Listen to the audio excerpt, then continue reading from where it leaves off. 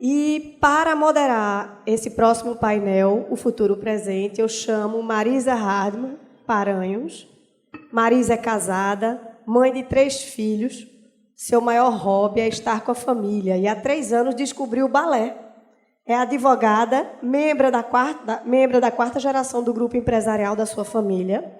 É entusiasta dos temas afeitos à família empresária, tendo por essa razão passado a dedicar grande parte do seu tempo a ajudar outras famílias empresárias no desenvolvimento da governança e gestão. É integrante do Projeto Rumo, do Comitê Coordenador do Capítulo IBGC Pernambuco e associada à Cambridge Family Enterprise Group. Venha, Marília, por favor. Marisa, por favor.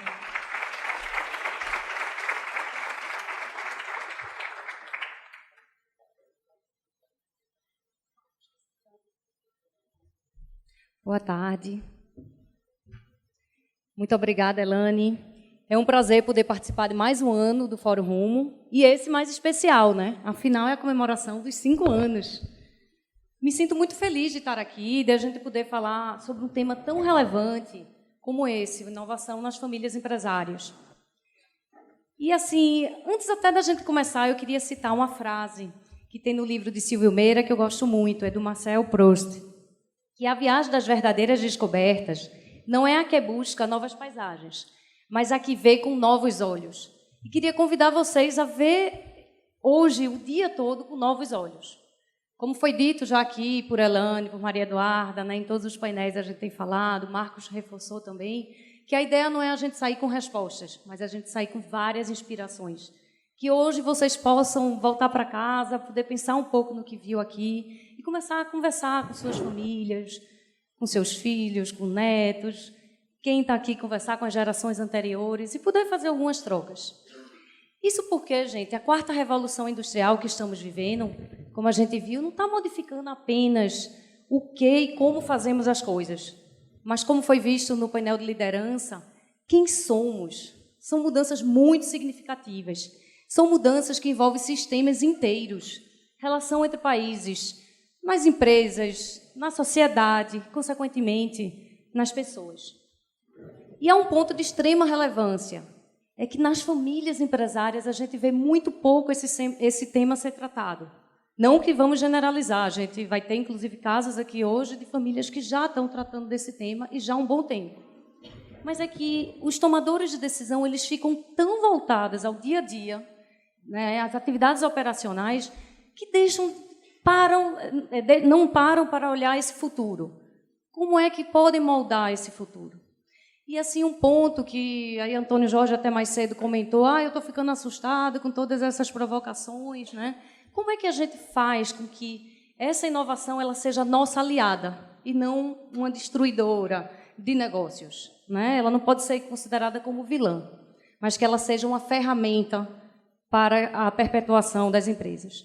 E para nos ajudar a refletir sobre esses pontos e muitos outros, eu gostaria de convidar ao palco, chamar ao palco pessoas muito especiais que há algum tempo já vêm pondo em prática essa inovação nas suas organizações, para que eles possam compartilhar um pouco das suas experiências, erros, acertos, dúvidas, e que possa ajudar um pouco. A gente sabe que todas as empresas têm seus desafios, suas peculiaridades, têm os seus contextos. Mas, talvez, com que a gente conversar um pouquinho hoje aqui, pode ser bastante inspirador para todos. Então, gostaria de convidar, e vou apresentá-los todos de uma forma bem diferente, tá? Apresentá-los de uma forma pessoal, porque vou deixar que o profissional, eles aqui apresentem para vocês. André Ferraz, por gentileza, André, vem aqui ao palco. André é casado, em seus momentos livres adora surfar e é muito caseiro. Estudou computação e, conforme será trazido por ele próprio, há 5 anos, a partir de um projeto da faculdade, surgiu um projeto extremamente exitoso, surgiu a Inloco, e conversando com o André, ele me falou que a Inloco também, além de ser seu trabalho, é também seu hobby. Daí vocês podem imaginar como ele é apaixonado pelo que faz. Não é isso, André? Joia.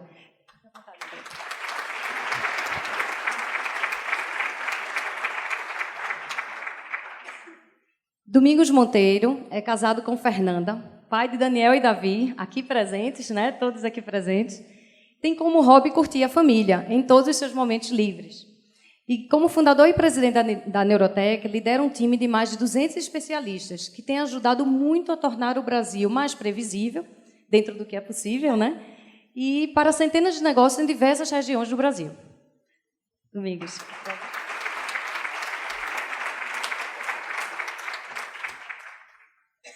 Zaima Milazzo é casada com Flávio, mãe de Helena e Enzo, engenheira de formação. Apesar de nunca ter atuado na área, reconhece o quanto sua formação técnica ajuda no dia a dia. Se considera nerd e geek, adora filmes da Marvel e DC, é apaixonada por tecnologia e futurologia, ama viajar com os filhos e descobrir as maravilhas do mundo. Zaima vem de uma família de mulheres muito fortes. Sua mãe, avó, irmã, prima, e não tem sido diferente com a sua filha Helena. Acredita que as mulheres podem fazer grande diferença no mundo. Paulo Salles.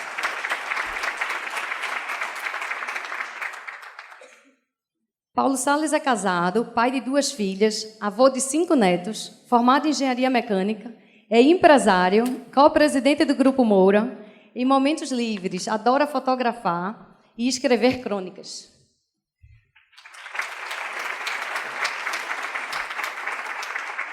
Eu acho que todos eles são muito mais do que essa apresentação, mas eu vou deixar com que eles mesmos possam falar com vocês e explicar.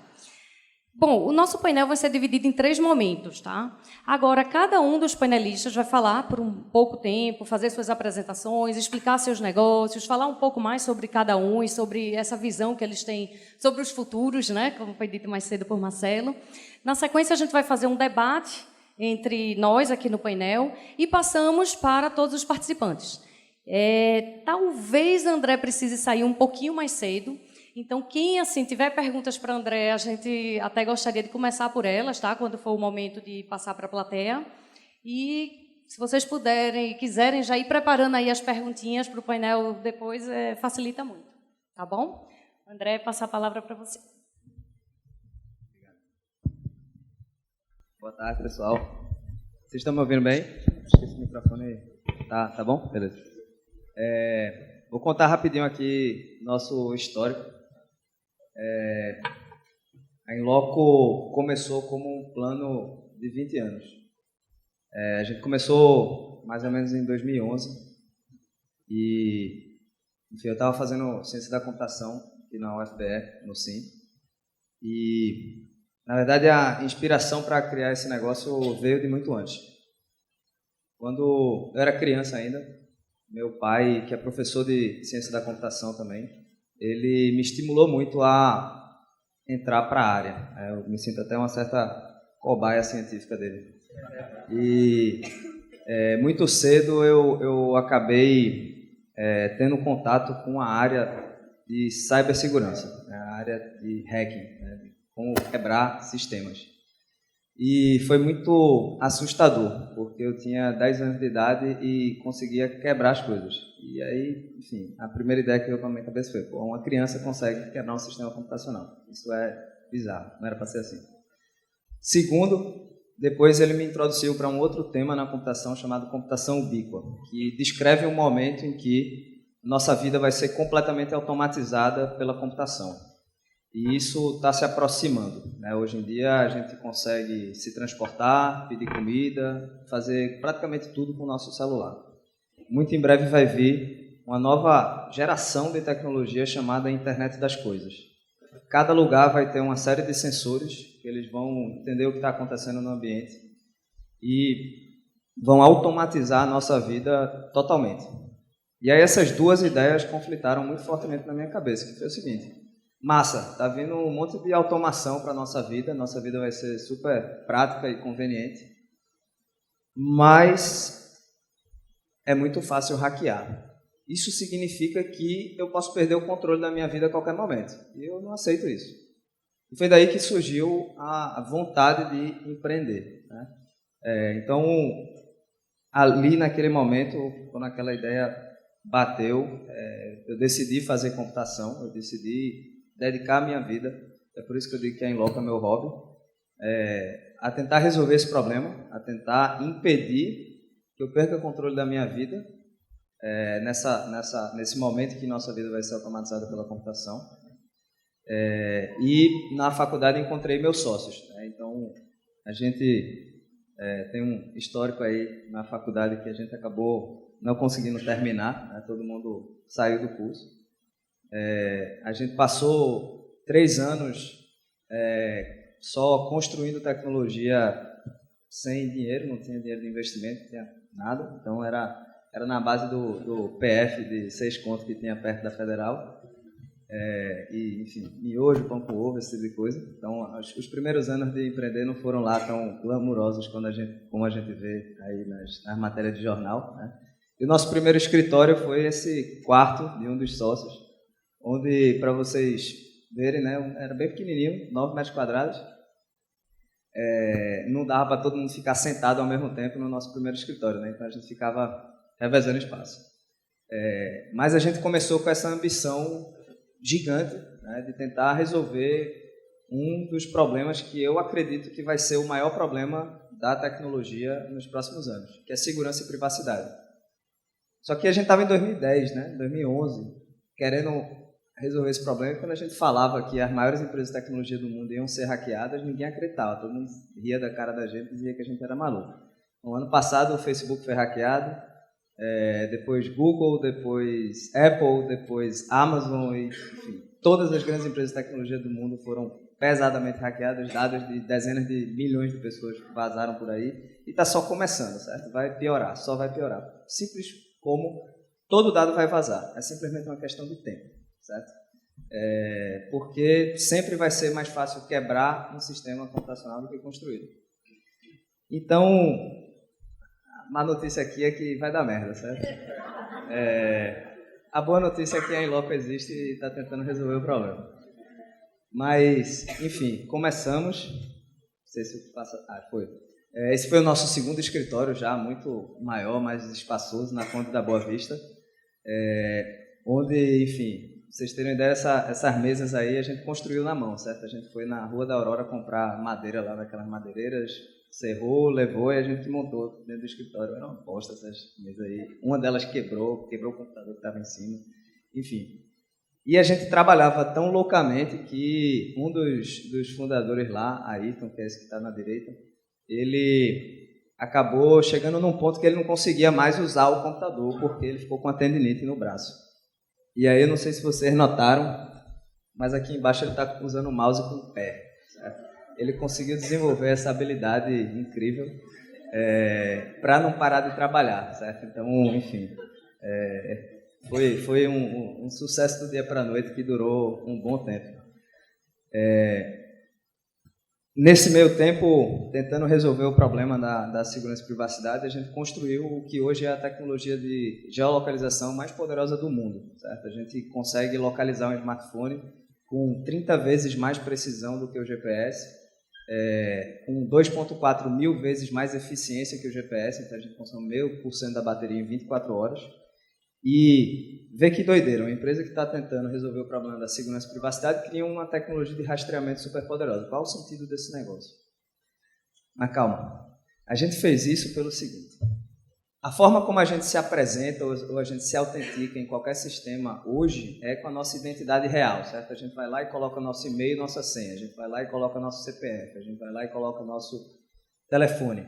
Mas a internet das coisas não precisa saber o nosso nome, não precisa saber quem a gente é. Então, basicamente, a gente queria criar uma nova tecnologia para fazer essa comunicação ser simplesmente baseada na nossa presença física. Se eu estou dentro desse espaço, o meu celular, o meu relógio deveria falar com os dispositivos de internet das coisas que estão aqui. E esses dispositivos não precisariam saber meu nome.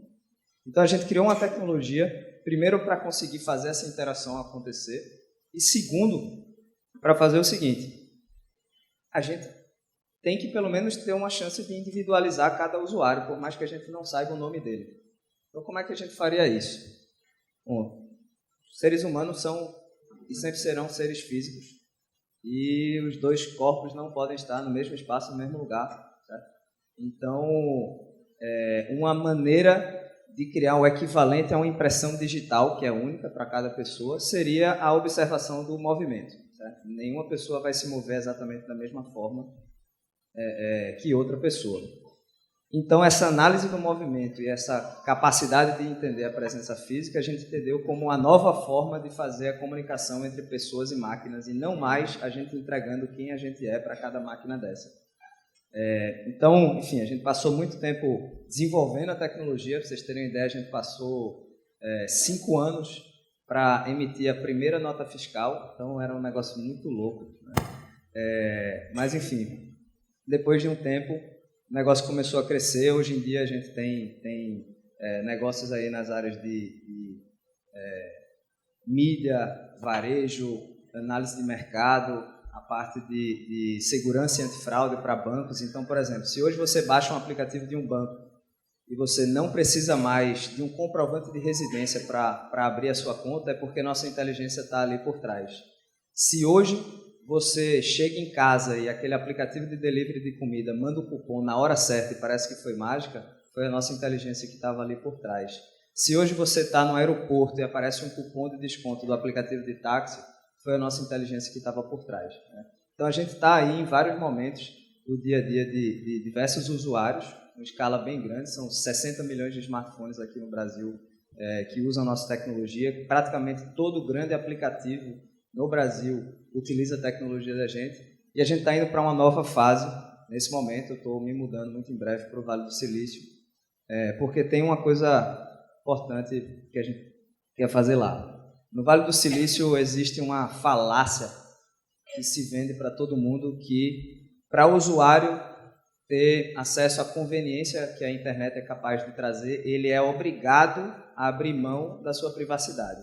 Eu discordo totalmente. Se a gente conseguiu fazer o que a gente fez até então, sem precisar saber o nome de absolutamente nenhum dos nossos usuários, eu acredito que é possível reconstruir uma internet com mais ética e com a privacidade das pessoas garantida. E a gente muitas vezes negligencia a importância da privacidade, mas numa sociedade que vai ser controlada por computadores, perder a privacidade significa perder de vez a liberdade que a humanidade vem lutando há milhares de anos, certo? Então, a gente quer tentar reverter esse processo. Obviamente que a briga que a gente tem pela frente é um pouquinho complicada. A gente tem aí Google, Facebook, Amazon, Apple, Microsoft como nossos concorrentes diretos, tá? Mas eu acredito que uma empresa de tecnologia recifense tem condições, sim, de mostrar que existe um jeito certo de fazer a internet. Então, é isso que eu tenho por hoje. Muito obrigado.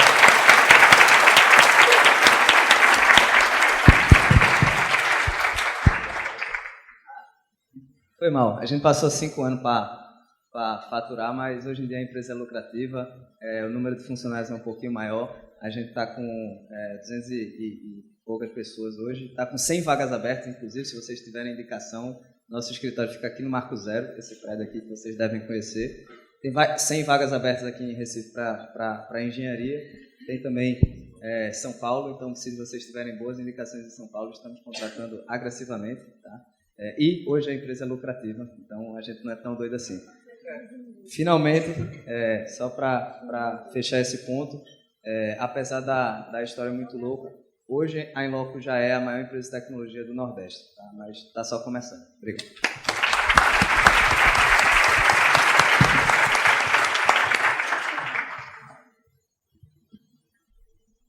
Vai lá, Domingos, com você agora.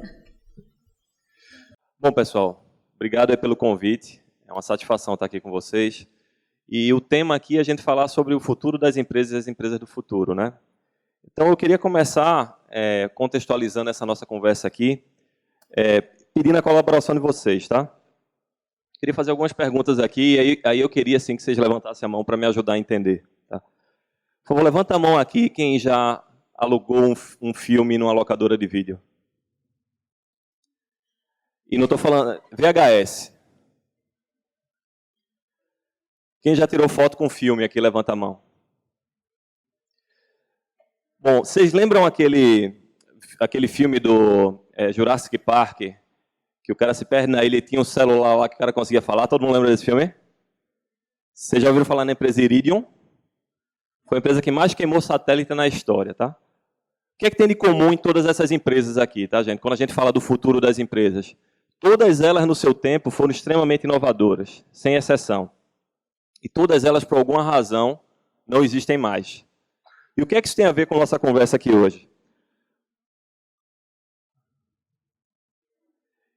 Infelizmente, apesar de ser contraintuitivo, o sucesso de uma empresa pode ser a principal razão do fracasso dessa empresa. Tá? Existe um negócio na literatura de administração chamado síndrome do sucesso, que é exatamente esse algoritmo que está aqui na tela. Tá? Então, qualquer empresa, quando ela é criada com o propósito de resolver uma ineficiência ou um problema real de mercado. Todos vocês que são empresas familiares fizeram isso em algum momento. Vocês resolveram um problema relevante de mercado e por isso que vocês estão onde estão. Só que existe um problema em uma síndrome do sucesso, que quando você fica muito grande e quando a idade passa, você sofre muito com a inércia.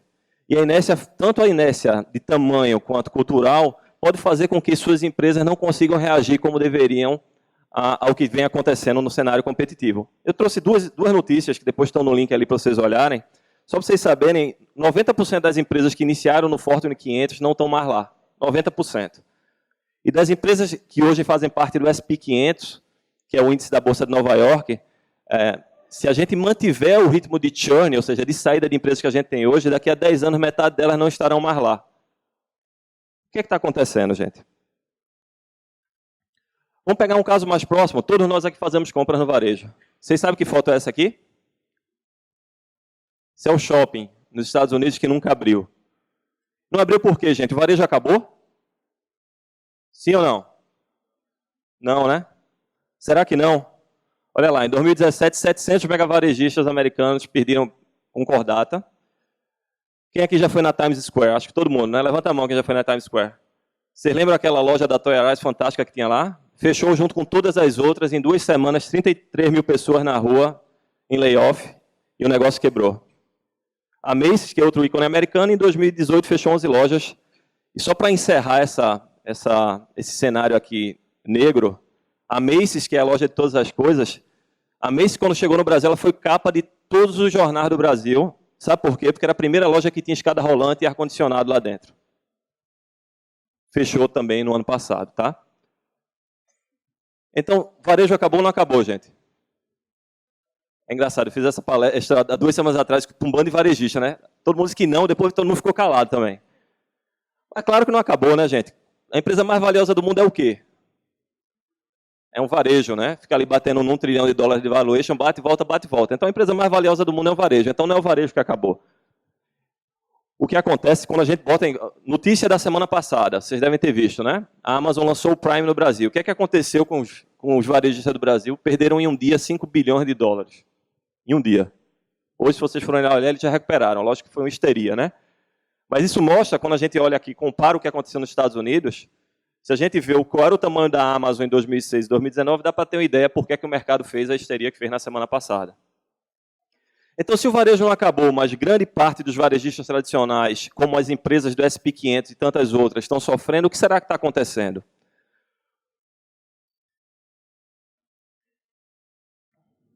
O que está acontecendo é que existe um conjunto gigantesco de tecnologias, como o André acabou de comentar aqui, por exemplo, que estão sendo colocadas uma em cima da outra e que essas tecnologias estão criando habilitadores. Vocês já pararam para pensar que a gente não tem um celular no bolso? O que a gente tem no bolso é um supercomputador, gente, que por acaso faz ligação celular. O iFood, o Uber, nada disso seria viável, existiria se a gente não tivesse um celular, um supercomputador no bolso. Isso é só exemplo de uma tecnologia que está aí, existem inúmeras que estão revolucionando o consumo dos mercados. E se a gente não se antenar nisso, nós vamos ser mais uma daquelas empresas que está ficando para trás e não está conseguindo se adaptar a essa mudança. Na nossa visão, como Neurotech, a gente percebe que 3 são as grandes mudanças que estão provocando toda essa revolução. Tá? A primeira mudança é que resiste quanto você quiser, a tecnologia virou uma commodity. Ou seja, hoje, para vocês, empresários, fazerem uso de qualquer tecnologia que vocês queiram, ela está disponível à distância de um cartão de crédito. Vocês lembram que no passado a gente dizia a tecnologia da NASA como sendo a grande referência? Lembram disso? Vocês já viram um foguete da SpaceX voltando lá para a base? Quem aqui já viu, levanta a mão. Cara, quem não viu ainda, por favor, vão lá e dê uma olhadinha, tá? Porque tecnologia da NASA é coisa do passado, tá? Então, a tecnologia, seja ela qual for, ela hoje está à distância de um clique, de um cartão de crédito, e qualquer um de vocês pode fazer uso dessa tecnologia. Essa é a primeira grande mudança habilitadora desses negócios que estão revolucionando o mundo, inclusive os nossos. A segunda mudança, e talvez a mais importante no contexto do que a gente está falando aqui, é que o consumidor, nós consumidores, todos nós, por termos esse supercomputador no bolso, a gente entende que qualquer provedor de produto e serviço precisa saber o que eu preciso. Quem aqui usa Netflix, levanta a mão. Você sabe o que aconteceu com a Blockbuster? Ela perguntava toda semana, ela fazia pesquisa constantemente com seus clientes se eles estavam satisfeitos em locar vídeos lá. Como é que vocês saíam da locadora com a sacola, gente? Vocês lembram da sensação? Era boa ou ruim? Era boa ou ruim, gente? Muito boa, né? Era fantástico. Até o dia que vocês assistiram o primeiro filme por streaming. Vocês lembram desse dia? Eu lembro, eu estava em casa, comprei minha primeira Smart TV. Quando eu assisti o filme, disse, cara, nunca mais eu vou na locadora. Triste dos meus filhos que não vão saber como era bom. Então, a segunda grande mudança é o consumidor ele espera que o produtor de produto e serviço saiba o que ele precisa. Então, por que... Alguém aqui conhece um ex-cliente da Netflix? Levanta a mão, quem conhece um ex-cliente da Netflix? Ninguém levantou a mão. Um ex-cliente da Netflix. E por que não existe ex-cliente da Netflix? Porque a Netflix ela usa a inteligência e a tecnologia para saber o que você precisa. Assim como o André falou, né? Você chega lá no aeroporto, a tecnologia diz o que você precisa. Você precisa de um Uber.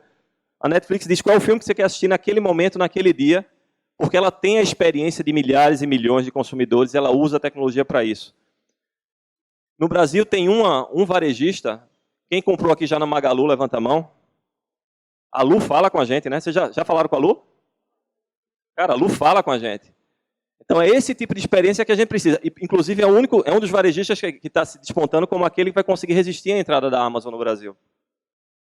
Então, essa mudança, saber o que o consumidor precisa, porque o consumidor mudou e tem um supercomputador no bolso. E a terceira mudança é que os dados que estão sendo gerados por todos nós o tempo inteiro, eles podem ser usados para esse propósito de atender aos nossos interesses da melhor forma possível. Então, essas três mudanças vieram para ficar, elas são irreversíveis. Ou a gente pula nesse barco e aproveita essa onda, ou a gente vai ficar para trás e não tem alternativa. Como é que a gente começa? Né? No caso da Neurotech, a gente brinca dizendo, você pode começar com a Neurotech. Porque na Neurotech a gente está aqui para conectar dados com inteligência e tornar o futuro mais previsível para nossos clientes.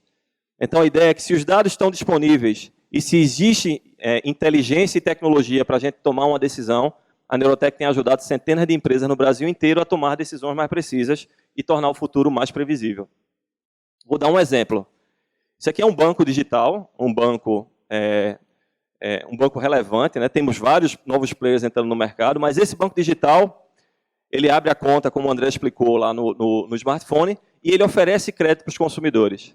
Usando uma das tecnologias da Neurotech que combina essa possibilidade de dados e inteligência, a gente conseguiu para esse banco, por exemplo, isso é só um exemplo, usando essa tecnologia, aumentar em 20 milhões por ano a sua rentabilidade na carteira de crédito.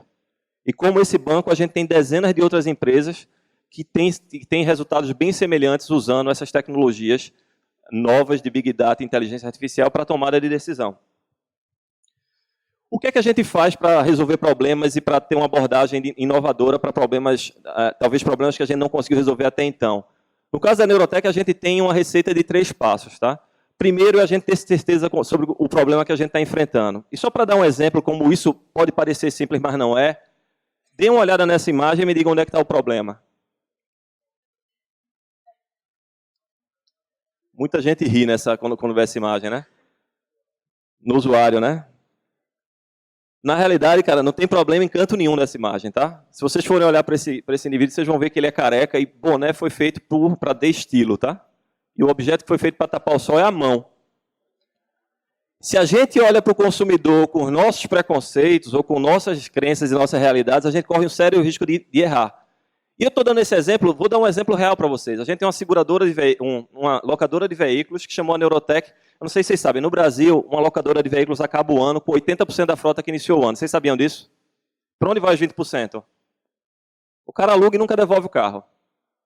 É isso que acontece. Então, eles disseram, Neurotech, você me ajuda a achar quem está fraudando a locadora? Vocês acham que é fácil achar o fraudador? O fraudador vai chegar lá dizendo que é fraudador ou não?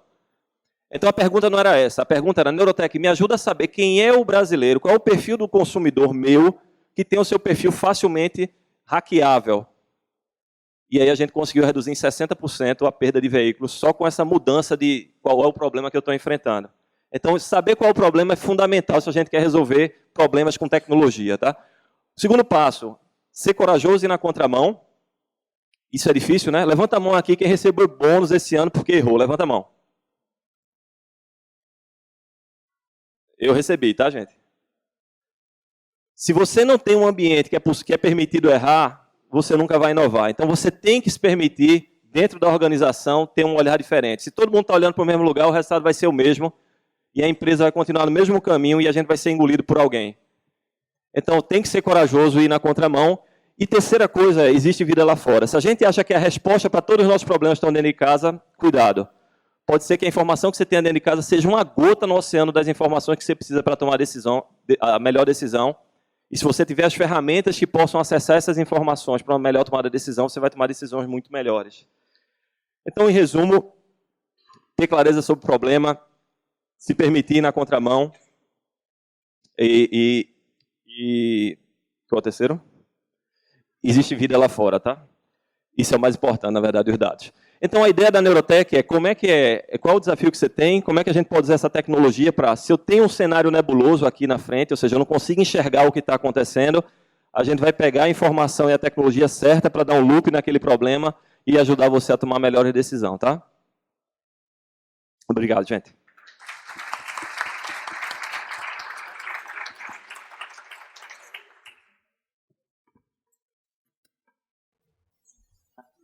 Bom, boa tarde, gente. Primeiro, eu gostaria de agradecer o convite para participar do fórum, né, em seu nome.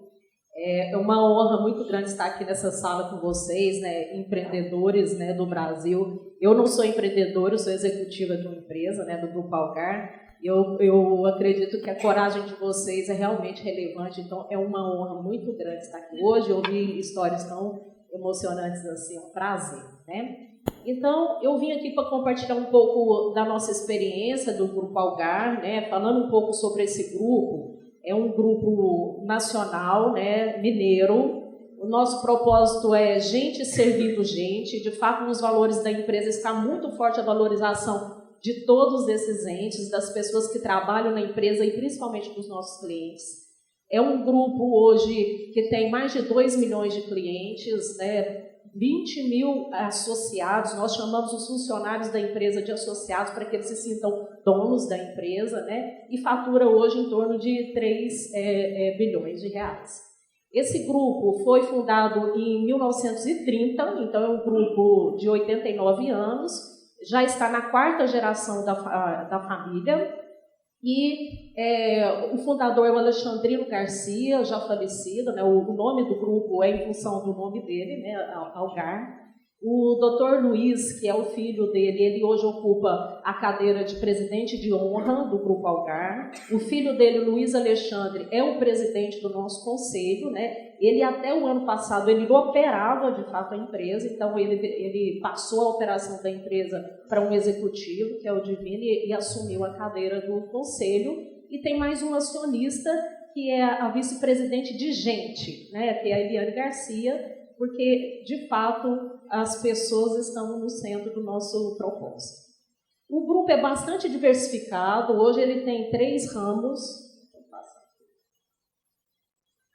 Para cá mesmo, tá bom? É o maior do que aí, pronto, foi. O grupo é diversificado, então está no setor de agro, com produção realmente, na produção de grãos e algumas torres. No setor de entretenimento, em entretenimento tem o resort de águas quentes naturais no interior de Goiás e recentemente adquiriu a Costa do Sauípe, então aqui um pouco mais próximo, desde 2017. E muito forte no setor de TIC, onde eu trabalho, né, na Algar Telecom. A Algar Telecom hoje tem uma operação no Brasil todo, então um grupo que foi fundado em Uberlândia, mas hoje tem de fato operação em todas as principais cidades do país, inclusive aqui em Recife, atendendo clientes, né, empresariais, empresas. Né. A Algar Telecom, ela tem 65 anos de vida e é uma empresa de telecomunicações. Os nossos competidores são gigantes, alguns inclusive com bolsos infinitos, né? E apesar disso, a empresa hoje é a empresa mais rentável do setor. Isso se dá porque, de fato, a empresa tem uma preocupação com a sua reinvenção, com a adaptação, que acontece principalmente porque nós estamos, nós ofertamos, de fato, tecnologia aos nossos clientes. A Algar Telecom, então, ela fundou o Brain, o qual eu presido hoje, e eu vim aqui contar um pouco a história do que é esse Centro de Inovação e Negócios Digitais para vocês, né? Espero contribuir um pouco com a nossa experiência nos seus negócios. Brain, eu gosto de começar a contar nossa história falando do nome. Óbvio, né, que Brain significa cérebro em inglês, e remete a novas ideias e inovação propriamente dita. Mas, de fato, esse nome representa Brasil Inovação. O Grupo Algar ele é um grupo muito nacionalista que investe, de fato, na geração de oportunidades de negócios na sociedade onde ele está inserido. Então, de fato, o Brain, apesar de ser um nome em inglês, ele é, de fato, o nosso coração, que é muito brasileiro. Falar sobre o Brain, então, é principalmente falar sobre inovação. É a razão da gente existir. E por que nós acreditamos, de fato, que inovar é a única forma de vencer nesse jogo. Inovação não só em produtos, mas inovar em formas de fazer esse produto, inovar em formas de novas metodologias, novas formas organizacionais, novo way of work. E a gente está fazendo isso lá no Brain, né? E para inovar, eu trouxe aqui uma citação do nosso presidente de honra, que é o Dr. Luiz, né? Para inovar, para prospectar esses novos negócios, esses novos horizontes, a gente precisa ficar antenado no mundo. E é isso que a gente está fazendo lá no Brain. A gente está antenado na transformação digital. Nós ouvimos falar uma série de tecnologias aqui, né, os colegas expuseram, que tecnologias que vão mudar a nossa vida, que vão transformar o nosso comportamento e principalmente os nossos negócios. Mas para uma empresa que tem no seu centro a prestação de serviço de tecnologia, essa transformação ela tem uma característica de tempestade. E é isso mesmo, porque tempestade é uma palavra que mete medo. A gente pensa em destruição, a gente pensa em barulho, a gente pensa em muita energia sendo gerada. E é isso que a gente sente quando a gente olha para essa transformação. Porque a nossa empresa está no centro desse furacão. A nossa empresa está no centro desse furacão e pode ser destruída a qualquer momento. A gente viu uma série de exemplos aqui de empresas que foram devastadas por essa transformação, essa tempestade tecnológica. Só que no lugar de a gente ficar esperando ser destruído, a gente decidiu aproveitar a energia que é gerada nessa tempestade e surfar, na verdade, nessa onda, criando novos negócios. A gente está antenado com as mudanças que estão acontecendo na tecnologia e estamos, por meio da tecnologia, solucionando problemas relevantes dos nossos clientes e gerando novas receitas e novos negócios para o Grupo Algar. Essa aqui é um vídeo do nosso espaço lá em Uberlândia, são 800 metros quadrados que nós temos lá. Já foi falado aqui mais cedo quanto que é importante o arranjo, né, das pessoas. Nós trabalhamos com metodologias ágeis, a empresa é 100% ágil. O que isso quer dizer? Nós trabalhamos no formato de squads, nós não temos hierarquia dentro da empresa, né? Hoje foi muito falado sobre o papel da liderança. O papel da liderança nesse novo conceito, ele é de fato diferente. Os times são pequenos no squad, são times multidisciplinares, compostos por pessoas de marketing, de comunicação, de engenharia, de tecnologia, mas são times, então, muito poderosos, porque eles têm todo o know-how necessário dentro do time para resolver problemas. Então, eles são empoderados e eles são, de fato, muito, muito autônomos, né? Então, nós estamos falando, de fato, de uma mudança de mindset, mudança da forma como nós fazemos as coisas. E nesse papel, o líder ele tem outro papel, né? Assim, o líder tradicional, nós que somos da geração X, nós fomos educados na escola e pelos nossos pais, manda quem pode, obedece quem tem juízo. É a regra que manda, né? Então, a gente vai para as empresas com essas ferramentas, comando e controle, microgerenciamento das atividades. Nesse novo mundo onde não existe hierarquia, onde a hierarquia foi quebrada, o líder ele precisa ter outro papel. O líder do papel nesse mundo é fazer alinhamento, é falar o que deve ser feito e muito menos como deve ser feito. O como, de fato, tem que vir do time, porque se você tira o poder do time, você tira a condição dele resolver aqueles problemas relevantes que os nossos clientes têm. Então, o líder, além de falar o que, fazer o alinhamento, o outro papel dele é tirar os empecilhos, os problemas do caminho, né? Problemas, óbvio, acontecem a todo momento. Então, o líder ele tem que ser muito mais articulador e ajudar o seu time a desembaraçar esses grandes problemas. Nós fazemos inúmeras iniciativas para capturar oportunidades e ideias, iniciativas onde a gente estimula os nossos associados a gerarem ideias inovadoras para dentro da empresa e iniciativas onde nós vamos para o mercado buscar empresas que possam nos ajudar a solucionar problemas dos nossos clientes. Eu gostaria de comentar sobre o Brain Open. No Brain Open, a gente coloca desafios de negócios para a startup por meio desse programa e as startups se inscrevem e a gente passam por uma avaliação, uma banca, e a gente então depois desenvolve negócios com essas startups. A gente está ofertando para a startup um valor muito grande, que é a possibilidade dela crescer o seu negócio, escalar o seu negócio nos 2 milhões de clientes que a Algar Telecom possui. Isso, no nosso entendimento, gera muito mais valor do que simplesmente um investimento em troca de equity, e a gente tem tido o reconhecimento dessas startups. Hoje nós fazemos um programa nacional, né, em parceria com a ICE, e fazemos também um programa internacional no mercado de Israel. Inclusive, eu voltei de Israel 2 semanas atrás, né, fui lá conversar com algumas startups lá em loco, e tem dado muito certo, a gente tem desenvolvido negócios importantes para a nossa empresa. Todas essas iniciativas geraram muitas ideias e nós já lançamos produtos importantes para a Algar Telecom, porque um investimento dessa natureza precisa ser seguido de resultados, óbvio, né? Todos esses produtos estão, de fato, fazendo a diferença para a Algar Telecom no seu mercado. Aí eu gostaria de dar o exemplo de um deles, que é o IoT Multiconnect. Esse aqui é um SIM card de dados que serve para a conexão de sensores e equipamentos, né, máquinas. E esse produto a gente desenvolveu transformando um gap da empresa, que é o fator dela estar concentrada em algumas localidades com a sua operação móvel, em um diferencial considerável, porque nós temos, a Algar Telecom tem acordo de roaming com todas as operadoras. Então, o que acontece nesse SIM card é que ele é inteligente, ele consegue pegar automaticamente o melhor sinal da operadora que está presente naquele local. Alguém estava reclamando aqui agora mesmo que estava sem sinal, né, de celular. Se tivesse funcionando o SIM card nosso, o nosso SIM card ia ficar varrendo qual que é o melhor sinal que está naquele momento. Isso faz com que a máquina não pare nunca. Bom, nós lançamos esse produto há 8 meses atrás, né? A Algar Telecom tem na sua base de clientes da celular 1,2 milhões de clientes. Em 8 meses, nós já vendemos 1,2 milhões de SIM cards, ou seja, nós dobramos a base da empresa com um produto só que nós lançamos.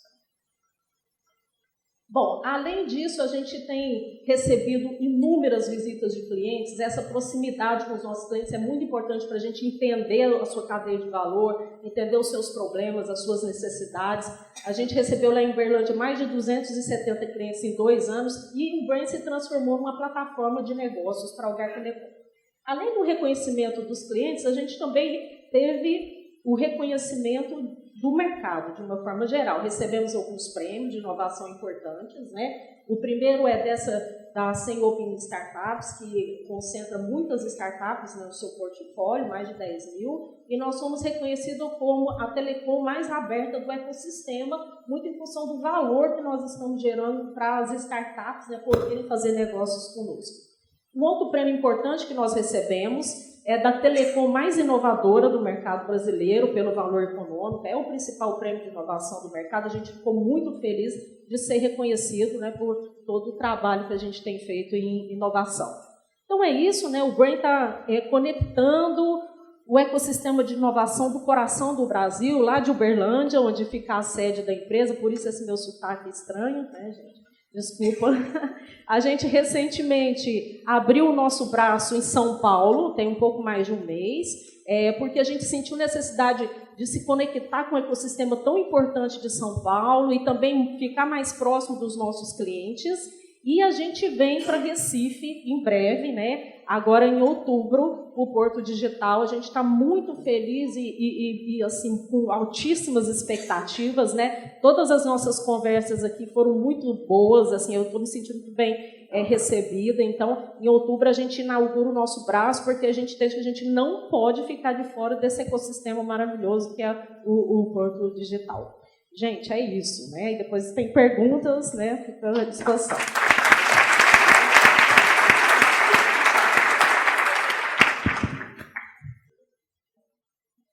Bom, boa tarde. Não é fácil estar aqui no meio dessas feras, né? O André, o Domingo Monteiro, mas vamos lá. Marisa achou ruim o meu currículo, porque eu botei só que era co-presidente de amor, engenheiro, pai e avô. Diga mais alguma coisa? Não, tá bom. Para conectar com o futuro, eu acho que o mais importante hoje é ser avô, é me conectar com meus netos. É a melhor forma que eu tenho de conectar com o futuro. Não precisa falar muito mais, fazer muito mais do que isso. Bom, e também pediram que eu falasse um pouco do passado. Falar da Moura do passado. Eu achei que não era o momento de falar do passado. Até porque eu correria o risco de mentir mais do que se eu for falar do futuro. Então, eu acho que é um pouco disso. Eu acho que o futuro que vem pela frente é, sem dúvida nenhuma, um futuro diferente do que a gente viu dos futuros anteriores. Os futuros anteriores eram mais monótonos. Esse que vem agora está com um jeitão de ser mais dinâmico. Mas uma coisa é certa, e uma coisa a gente tem que estar sempre na cabeça. Eu acho que uma empresa, como eu tenho dito sempre, é feita de gente, né? Gente que controla, gente que compra, gente que regula, gente que critica, gente que faz a empresa, é sempre gente. E eu acho que o segredo de uma empresa é atender bem essa gente, né? Atender bem a gente, principalmente o que consome, que é quem faz a empresa ter vida, é quem faz a empresa crescer, é quem faz a empresa ter sucesso. Mas a dificuldade é entender essa gente. Mas tem uma coisa boa, o nosso cérebro mudou muito pouco nos últimos anos. Se você falar em 100 anos, o cérebro nosso não mudou quase nada. O homem é um bicho meio lerdo, ele vai meio devagar. O que mudou foi a tecnologia. O que mudou foi a forma de atender as nossas necessidades. E acho que a grande disputa está aí. Como é que eu vou surpreender o cara? O cara nem sabia que tinha aquela necessidade e você cria alguma coisa que desperta e você consegue passar por cima do concorrente. Mas as nossas necessidades são as mesmas, né?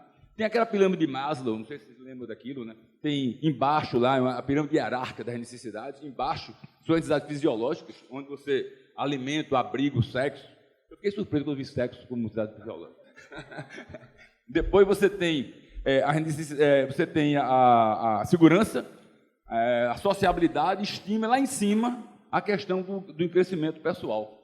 E, infelizmente, num país como o Brasil, você tem gente lá embaixo, na cidade fisiológica, e tem talvez pouca gente lá em cima, já pensando em crescimento pessoal, tal, diferente de um país como os Estados Unidos, como a Suíça, os países desenvolvidos. E a gente aqui no Brasil tem essa dificuldade, que é uma dificuldade maior, porque a gente tem que atender, primeiro que a gente tem que sobreviver nesse ambiente, e a gente tem que atender os consumidores com várias expectativas. O cara às vezes está querendo só escapar, o outro já está querendo ser reconhecido.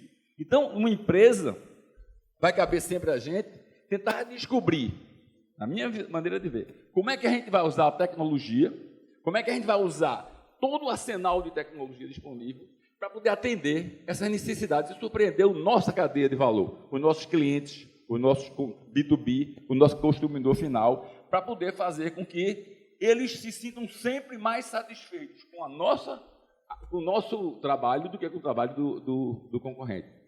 Isso não é fácil e a gente sabe como pode ser surpreendido. Eu tenho uma fotografia de Nova York, em 1900, onde a pergunta é: onde estão os carros? Imagina ali, a Quinta Avenida, sem carro nenhum, em 1900, só cavalos e charretes. Aí tem outra, em 1913, que a pergunta é: onde estão os cavalos? Só tinha carro. Em 13 anos, os cavalos desapareceram e os futuristas que diziam o grande problema da cidade vai ser conviver com o cheiro de cocô dos cavalos e o barulho dos cascos dos cavalos. 13 anos depois não tinha mais nenhum cavalo e o que tinha eram carros, né? E por que aconteceu isso? Porque o carro era muito mais cômodo do que o cavalo, né? Mas imagine a revolução que isso provocou na sociedade de maneira geral. O homem vivia em função de um cavalo. O cidadão rico, naquela época, saía de casa, aí tinha uma charrete com 8 cavalos, 2 cocheiros e ele. Para dentro da cidade, fazendo cocô em todo canto, fazendo xixi, barulho. A gente reclama dos carros, os carros não sujam nada. Mas aí, e aí quando parava numa hospedaria, por exemplo, imagina, o cara ocupava talvez 3x3, 9, mas tinha que abrigar os 8 cavalos, a charrete e os 2 cocheiros. Quando acabou isso tudo, o cara que criava cavalo lascou-se. O cara que vendia feno para cavalo lascou. Em 13 anos ele ferrou-se. Então eu acho que por quê? Porque o carro, através do Fordismo, né, do Henry Ford, ele atendeu muito melhor ao ser humano do que o cavalo atendia. E ninguém percebia disso. Foi preciso o Ford dizer, eu quero fazer carro que custe pouco e que as pessoas vão usar.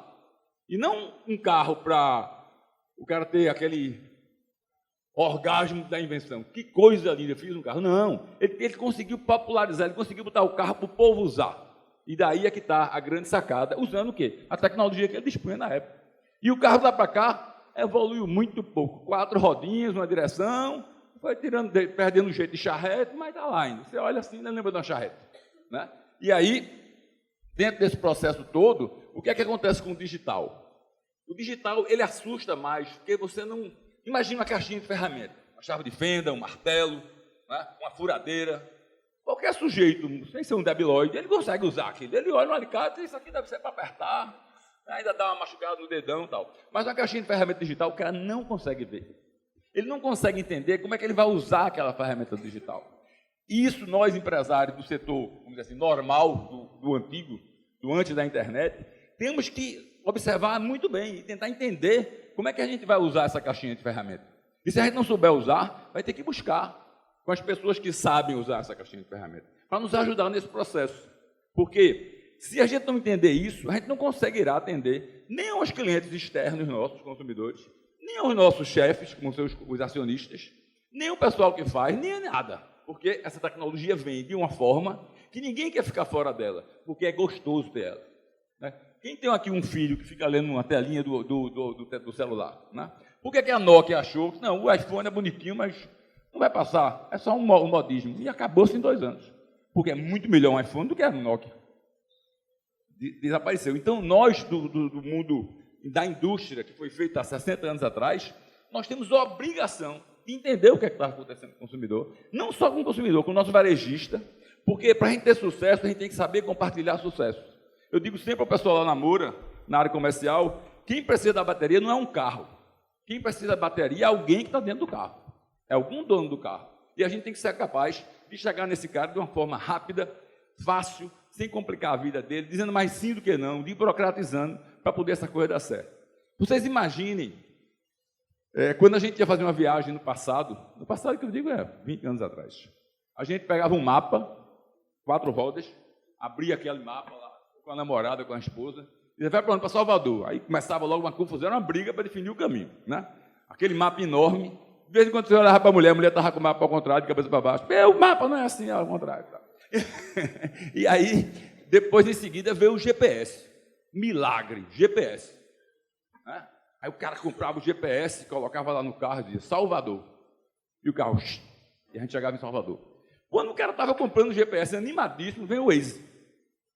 Aí joga o GPS fora, que isso é uma merda. O Waze, ele vai dizendo como é que a gente vai em função das dificuldades que aparecem pela frente. Vê que coisa difícil. E a indústria automobilística, que é uma carroça, ela vai atrás. O carro, quando sai com o GPS, ninguém quer mais o GPS.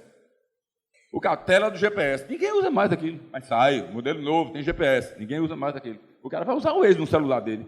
Aí o carro não tem um lugar onde você encaixar o seu celular para ver o Waze. Bota na perna e no pé, usa o mouse ali com o dedão para poder o guarda não ver. Enfim. Por quê? Porque fica defasado, 3, 4 anos defasado, não consegue chegar lá, né? E a gente precisa, e olha que a indústria automobilística se diz high-tech, mas não é. Ela está 5 anos sempre atrás. Quando você quer o celular, não tem nenhum lugar para botar o celular. Eu não entendo como é que não tem um lugar para botar o celular no painel. Não, é perigoso, o cara pode bater. E diz, é igual aquela história da professora, né? Uma criança entrega a prova para a professora, quando ela faz assim, professora, desculpe, eu esqueci de escrever uma coisa. Não, não pode mais não. É a mania de dizer não, né? É a mania da prevenção, é mais não do que sim. A gente tem que acabar com isso. Uma empresa mesmo como a Moura, que tem 65 anos, qualquer empresa tem que ver que com a tecnologia a gente consegue resolver coisas, consegue dizer mais sim do que não, né? E aí, quando o cara está com o Waze animadíssimo, vem o carro autônomo. Entra no carro, pega um livro de Salvador. e chegaremos lá em Salvador. Bom, eu acho que, resumindo aqui, para tentar ficar no tempo, resumindo, ainda discutir depois, eu digo o seguinte: gente é gente, gente como a gente tem que saber lidar com gente. Se a gente souber fazer isso, dá tudo certo. E a gente vai conseguir usar a Inloco, a Neurotec, em nosso favor, para fazer com que a gente consiga atender os nossos consumidores, os nossos acionistas, os nossos filhos, os nossos netos. Muito obrigado.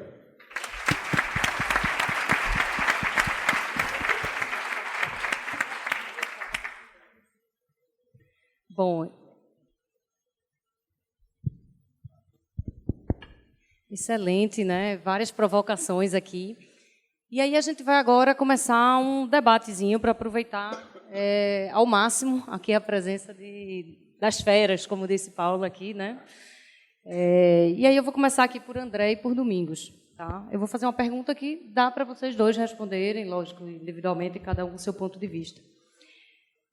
Com essa visão de... Mais cedo, Alcides comentou que algumas coisas precisam mudar para continuar como está, né? E aí, em famílias empresárias, a gente escuta muito uma frase que é: em time que está ganhando, não se mexe, né? E eu queria que vocês comentassem um pouco isso nesse nosso momento agora que a gente está vivendo. Será que isso é uma máxima que deve continuar? O que é que vocês dizem sobre isso? Discordo totalmente. Se a gente parar para pensar o que a internet conseguiu fazer até então foi muito pouco. A internet conseguiu mudar 2 segmentos ainda até então da economia, né? O segmento de mídia, que hoje, enfim, jornais, revistas e tudo mais estão tudo se acabando, porque, enfim, Google e Facebook passaram por cima, né? Netflix está passando por cima de todo mundo e por aí vai. E o segmento de varejo, como o Domingos trouxe, né? Empresas como Amazon, que estão já fazendo entregas na sua casa com drones, né? Enfim, competindo com outras empresas que têm operações aí muito mais complexas e mais difíceis de gerir em larga escala. Mais recentemente, a gente está começando a viver uma revolução no segmento financeiro, né? Então, os bancos digitais, muito em breve, vão estar passando por cima dos bancos tradicionais, né? Revolução de pagamentos.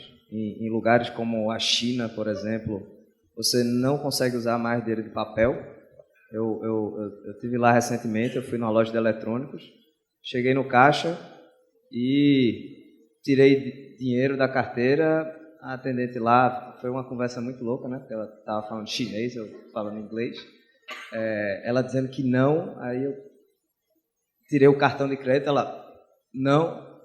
Beleza, e agora? Como é que eu pago esse negócio? Aí ela apontou para o celular, aí eu disse, tenho. Aí ela apontou para um aplicativo chamado WeChat, que é o WhatsApp de lá. Eu disse, tenho. Ela, me dá o celular aí. Eu, beleza, dei para ela.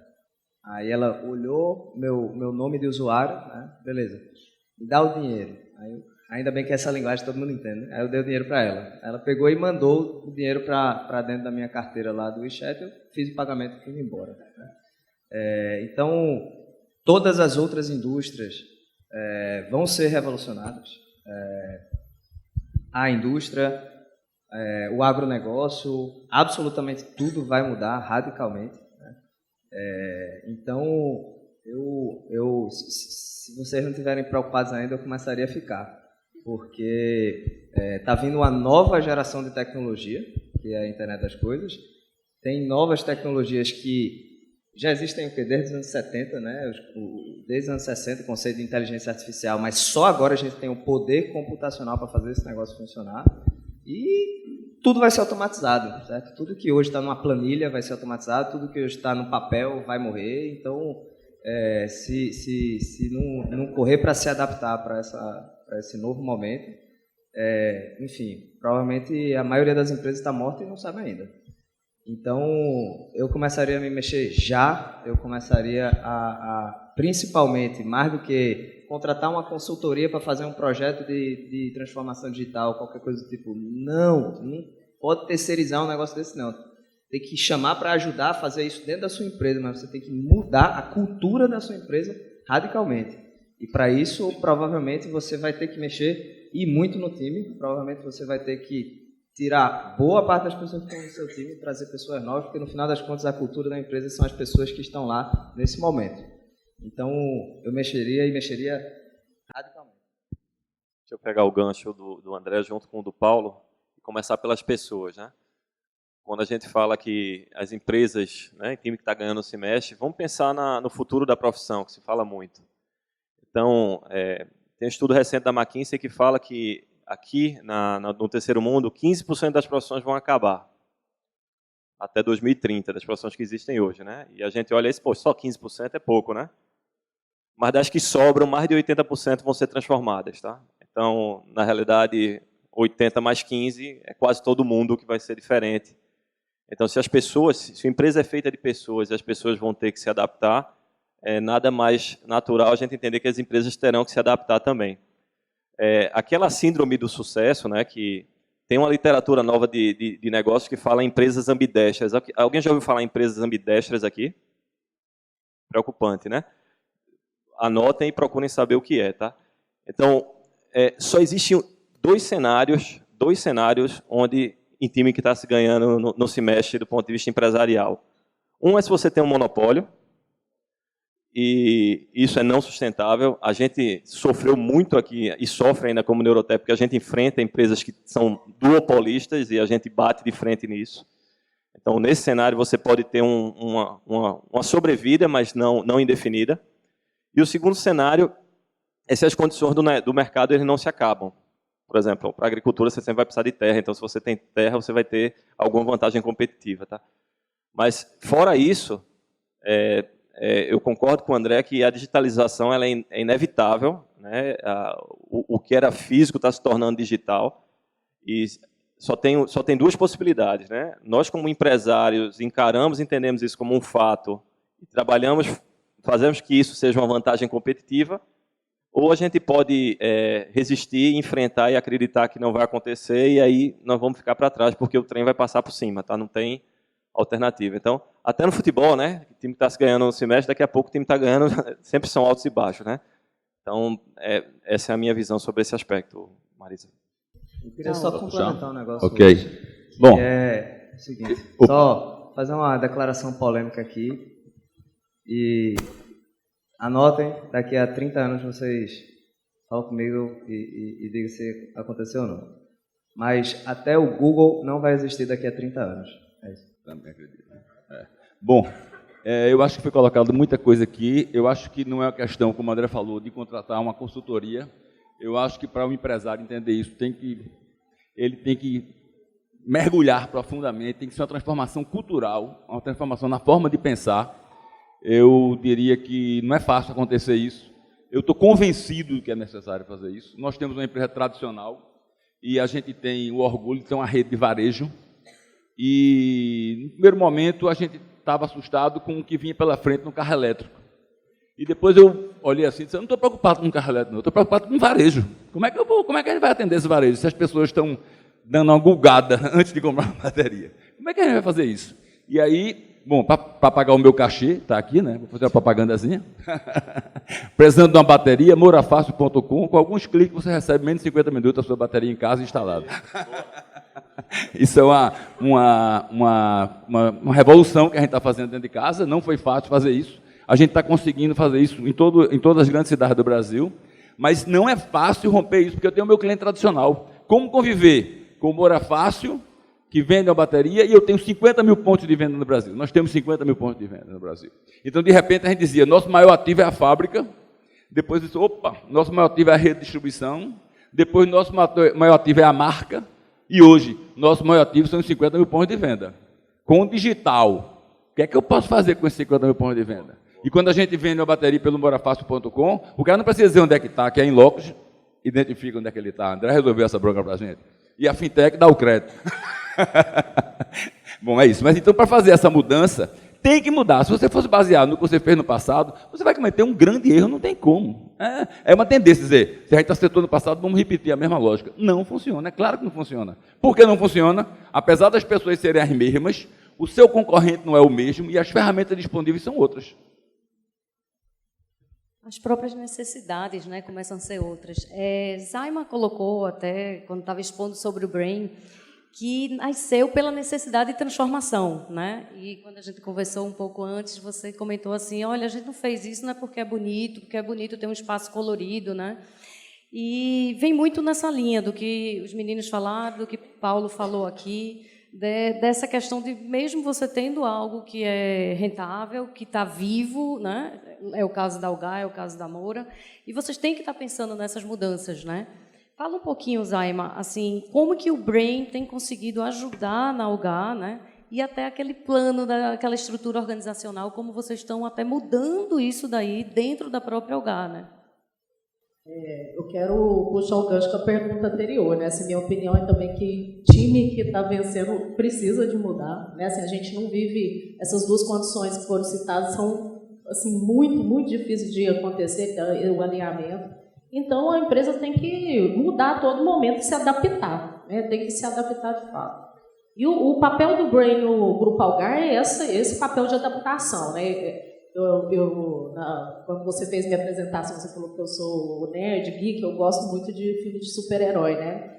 E eu costumo dizer que o Brain é como se fosse a cápsula de Jor-El. Quem aqui já assistiu o filme do Superman sabe do que eu estou falando, quem não assistiu eu vou explicar para vocês, né? O Jor-El é o pai do Superman, o Kal-El, né?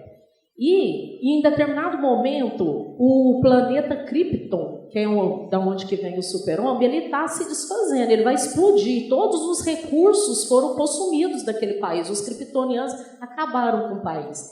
E o Jor-El, que é o pai do Kal-El, que é o super-homem, ele decide, de forma muito, muito corajosa, lançar o filho dele dentro de uma cápsula, né, para outro planeta, sem saber absolutamente se o filho dele ia sair, se ia dar certo todo esse movimento. Bom, agora quem assistiu o filme do Super-Homem sabe que deu tudo certo, ele veio para a Terra, né, virou nosso super-herói, etc. e tal.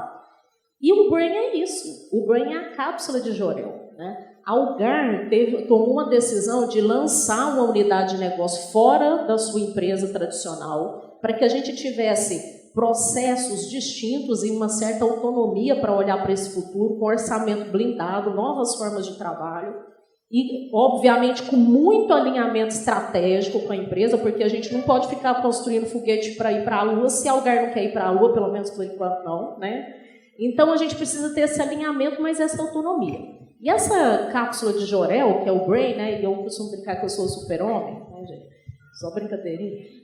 Ela deu certo também, deu tão certo, né? E por isso que eu até comentei que é muito bacana o lugar que eu trabalho, mostrei para vocês, é colorido, não tem tobogã, tá, gente? Mas é colorido, é um lugar onde não tem dress code, muito alinhado com o mundo de inovação, né?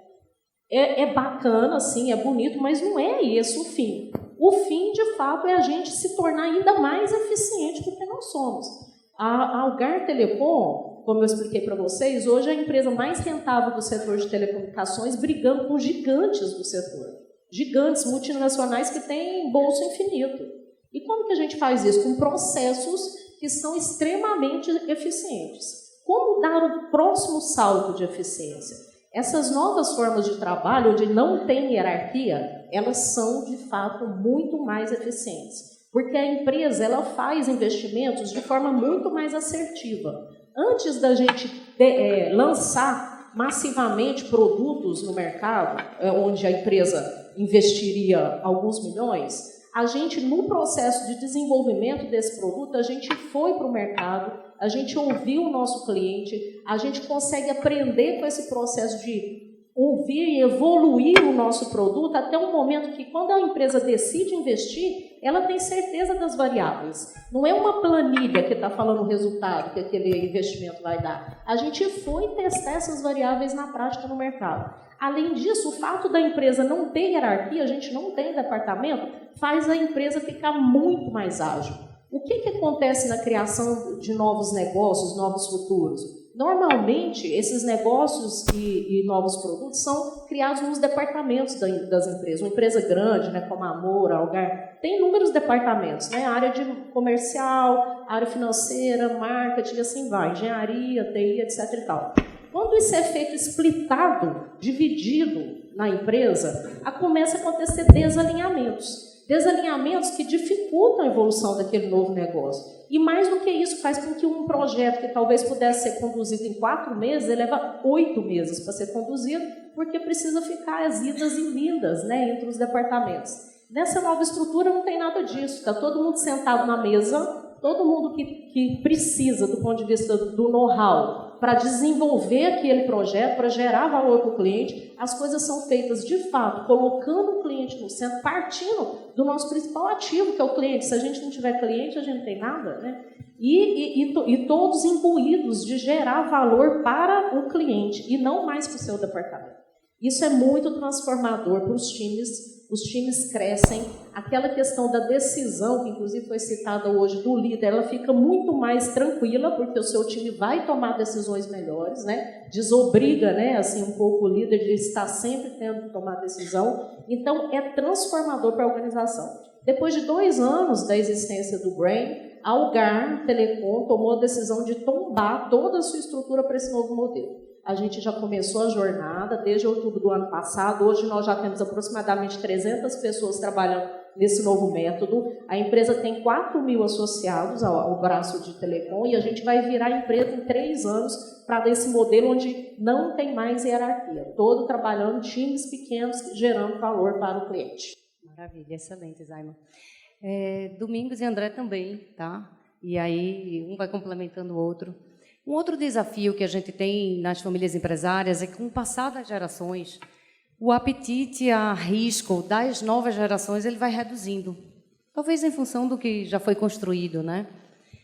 O que vocês assim poderiam trazer como, de repente, algo que desafiasse essa nova geração a poder empreender, enfim, em novos negócios, ou trazer um modelo inovador para o negócio core business, um negócio já existente? O que vocês poderiam contribuir com isso?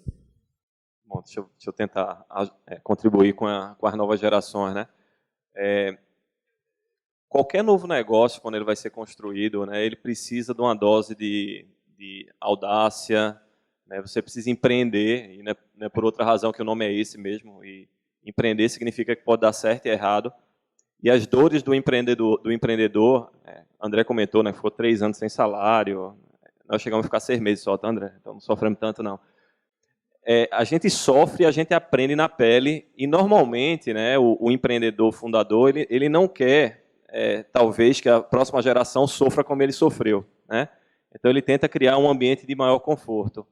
E apesar disso ser super legítimo do ponto de vista de paternidade, isso é muito ruim do ponto de vista de apetite ao risco, né? E muitas vezes, né, tem aqueles, eu conheço herdeiros de empresas familiares, inclusive que prestam serviço para mim, que são super empreendedores, né? Mas que em conversas eles diziam, se a gente tentasse empreender dentro do negócio ou fazer qualquer coisa lá dentro, o que acontecia? A gente tomava um não, né? Não vai, não pode, não. E se errasse, ferrou, né? Ele dava uma pontinha de chance, se errou, já era. Então, a minha percepção é que, nesse ambiente familiar, a gente tem que abrir um sandbox, né? Uma caixinha de areia para a gente errar. E eu vejo muitas famílias fazendo com que as próximas gerações, empreendam novos negócios e errem e aprendam como o fundador aprendeu lá atrás. Porque se você não é exposto ao mercado, se você está num ambiente protegido, você nunca vai aprender o que é o mercado, tá? Não tem outra chance. Não ensina na universidade, você só aprende vivendo, né? E para não deixar ninguém desesperado aqui, tá, com a apresentação que eu fiz, dizendo que o mundo está mudando, que as empresas estão se acabando, para não deixar ninguém desesperado, era importante desmistificar a inovação, porque existem 3 tipos de inovação, tá, gente? E o material de Ambidestreza explica isso, né? Você tem a inovação incremental, que é aquela que a gente, numa indústria, por exemplo, tem que mudar uma máquina para ser mais eficiente, tem que trocar uma formulação de uma bateria para ela durar mais ou coisas desse tipo. Tem inovação radical, que é aquela que muda radicalmente um processo, e aí normalmente a gente fala que você ganha 10 vezes, você ganha uma ordem de grandeza de eficiência ou de economia, essa é a radical. E tem a inovação disruptiva, que é aquela que vai acabar com o status quo, vai criar uma nova realidade destruindo a realidade anterior. Então, assim, os 3 tipos de inovação, eles são importantes, e é fundamental a gente entender em que momento, em que área, em que setor da empresa eu devo aplicar cada um desses tipos de inovação. Porque, realmente, não adianta a gente chegar aqui dizendo agora amanhã eu vou acabar com o negócio da Neurotech e criar um novo, muito embora a gente está o tempo inteiro lá dentro da Neurotech querendo imaginar como é que a gente destrói o nosso negócio, porque se a gente não fizer isso, alguém vem e vai destruir. Mas a gente precisa, no dia a dia, estar preocupado com a inovação também incremental e radical, e não apenas com a disruptiva, que é super empolgante, é super animadora. Cria uma área de inovação e dá liberdade para ela, que você vai ver que a empresa toda vai querer pular lá para dentro e a eficiência operacional se acaba. Por outro lado, se você só pensa em eficiência operacional, nenhuma inovação vai dar certo. Então, esse balanço, esse equilíbrio é que é o desafio. Eu espero que as novas gerações tenham a possibilidade de empreender, de testar hipóteses e de ajudar nas inovações dentro das indústrias, por que não, ou dos negócios, por que não, tá? André. Bom, eu acho que provavelmente vocês vão querer me matar depois que eu falar, acho que eu vou falar agora. Vamos lá.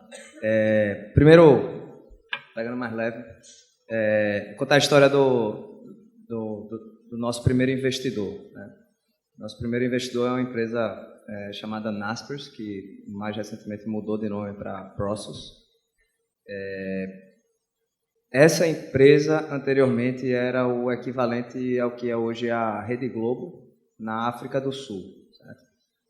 Essa empresa, enfim, tem 115 anos, enfim, um negócio super antigo. E pouco mais de 20 anos eles resolveram fazer uma coisa completamente fora do comum para eles. Resolveram fazer um investimento numa empresa de internet. Essa empresa se chama Tencent. Eles colocaram 30 milhões de dólares lá.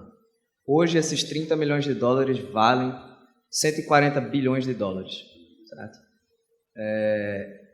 A Naspers acabou de se mudar da África do Sul para a Holanda, se tornou a maior empresa de tecnologia da Europa. Certo?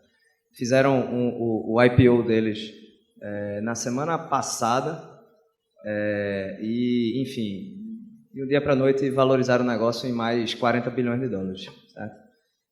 Enfim, e hoje, depois do SoftBank, são o segundo maior fundo de investimento para a internet do mundo, e hoje eles se declaram um investidor de internet, ponto. Não se veem mais como a Rede Globo. Enfim, se a gente for olhar para a Rede Globo, a gente vê como está sofrendo hoje em dia, né? Então eles resolveram fazer um negócio completamente fora do padrão. Eles olharam e falaram, bicho, esse negócio da gente vai morrer. Vamos pegar esse dinheiro que a gente acumulou ao longo do tempo e fazer algumas apostas por aí em coisas completamente fora da nossa área de conhecimento. Então lá, fizeram esse investimento e hoje são isso. Mudaram completamente a natureza do negócio deles.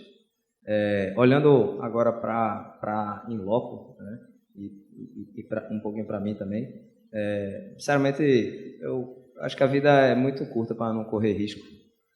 E, enfim, eu olho para a empresa como um negócio puramente binário. Ou a gente vai dar muito certo, e quando eu digo muito certo, um negócio de muitos e muitos e muitos bilhões de dólares, por isso que eu digo que o que a gente construiu até então não é nem 1% do que tem pela frente.